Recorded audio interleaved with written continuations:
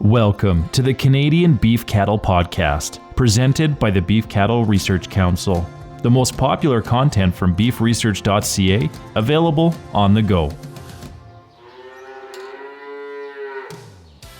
Before we get into today's episode, a quick message from the BCRC.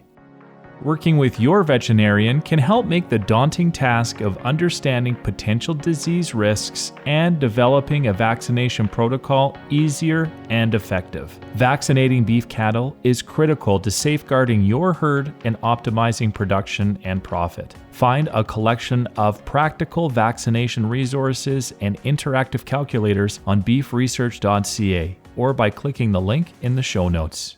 This episode is titled Test Stock Water and Reduce Worry. When stock water appears abundant and water quality has been consistent, it's easy to focus on other things. But don't overlook water testing. Poor quality stock water can lead to reproductive inefficiency, poor gains, disease, and in extreme circumstances, death. Even when water supplies appear abundant, stock water may contain high levels of sodium, sulfates, and other compounds that lead to toxicity. Water quality can be especially variable in surface water sources, such as dugouts, ponds, or dams, and weather doesn't necessarily need to be hot and dry to warrant regular testing. Precipitation levels in the various years, groundwater recharge, runoff conditions, evaporation levels, and adjacent land use can all impact water quality in both the short and long term. It's also important to monitor well water conditions. Quality in well water can change quickly, even if wells have had suitable water in the past.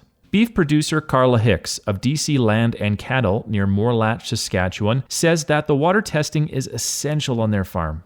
It's always something we've kind of paid attention to, says Hicks, who adds that they live in an area where they've experienced water quality issues and now they regularly test dugouts. Hicks says they typically test water about once a month in the summertime and a couple times throughout the winter on their winter water sources as well. Hicks says that they will move cattle to a different pasture to alternate water or even haul water if quality deteriorates. We're kind of limited to the water sources we have available, so it's kind of really just making sure we don't have a surprise issue and that we can always come up with something if we have a water problem, she explains. Hicks describes a time where their cattle herd experienced problems drinking out of a dugout with elevated sulfate levels. We ended up with the cows coming down with polio, and we also had some issues with nursing calves, so that was really a light bulb moment for us, she says. The year that we had was really bad water. We were aware of what was happening because of the water testing we were doing, so we were able to implement extra supplementation, Hicks says. She adds that while the breeding was delayed that year, their cows were still bred because they were able to intervene in time and prevent a total disaster, thanks to regular water testing. For a detailed chart on sulfate interpretations for livestock use, you can click the link in the show notes. Catherine Lang with the Saskatchewan Ministry of Agriculture provides the following advice for collecting and assessing water samples. To obtain a water sample, collect water in a clean 1-liter container. It can be a designated sample container or even a glass jar or pop bottle that has been thoroughly cleaned. Collect a sample that is representative of what the cattle are actually drinking. This may mean reaching in 2 to 3 feet or even using a retractable stick to safely get a sample. Water samples are typically assessed for electrical conductivity to measure total dissolved solids, or TDS, which provides an indication of sodium and sulfate levels. An important aspect of water management is no two beef operations are exactly alike.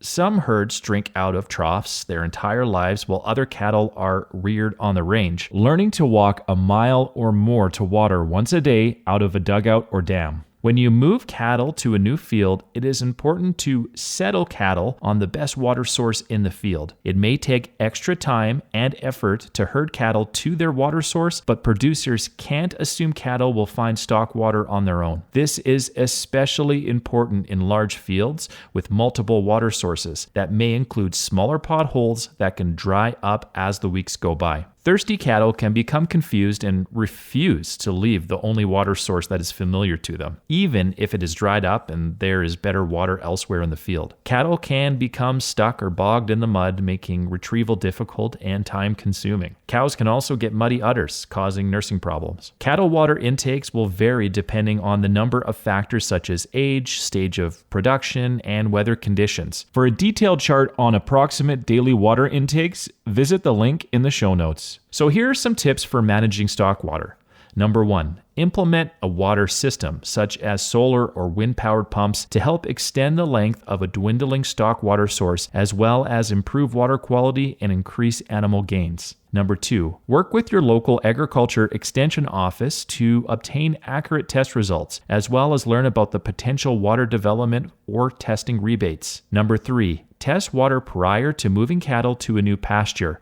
Even if there is an abundance of water present, don't assume the water is good quality. Number 4, if cow-calf pairs are expected to drink water out of troughs, ensure the calves are able to reach the trough as well. Number 5, if cattle are watering solely on a water system or pipeline with no access to a backup water source in case of failure, ensure those cattle are monitored daily, especially during the summer heat. And number 6, blue-green algae, cyanobacteria, can cause toxicity. Monitor for an oily sheen or something resembling paint on the dugout surface or grass clippings in the water. Both are signs of cyanobacteria, which can cause toxicity. Thank you for listening to this week's episode. You can find all relevant links and information at beefresearch.ca or in the show notes. The Beef Cattle Research Council is funded by the Canadian Beef Cattle Checkoff and strives for excellence in the production of Canadian beef, cattle, and forage through research, innovation, and extension. Tune in every Tuesday as the Canadian Beef Cattle Podcast delivers straightforward insights, expert information, and a wealth of practical knowledge for Canadian beef producers. Subscribe now.